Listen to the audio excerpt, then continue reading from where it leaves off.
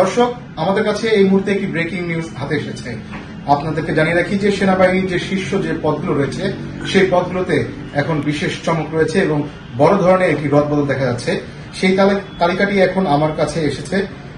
মঙ্গলবার আজ কিছুক্ষণ আগে আইএসপিআর থেকে পাঠানো এক বিজ্ঞপ্তিতে এ তথ্য জানানো হয়।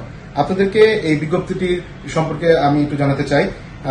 মূলত সবচেয়ে বড় যে চমকটি আমরা জেনেছি যে মেজর জেনারেল জিয়াউল আহসানকে চাকরি থেকে অব্যাহতি দেওয়া হয়েছে এবং লেফটেন্যান্ট জেনারেল মোহাম্মদ সাইফুল আলমের চাকরি পররাষ্ট্র মন্ত্রণালয়ে ন্যস্ত করা হয়েছে। এছাড়া লেফটেন্যান্ট জেনারেল মোহাম্মদ মুজিবুর রহমানকে GOC army training and doctrine command, lieutenant general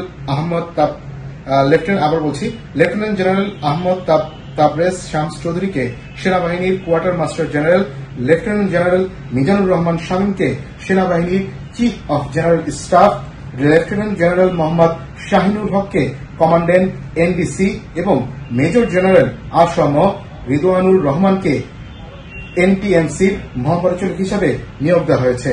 জি, এই ছিল আমাদের কাছে সেনাবাহিনীর শীর্ষ পদে যে রদবদল, সেই রদবদলের বিজ্ঞপ্তি, সবশেষ খবর।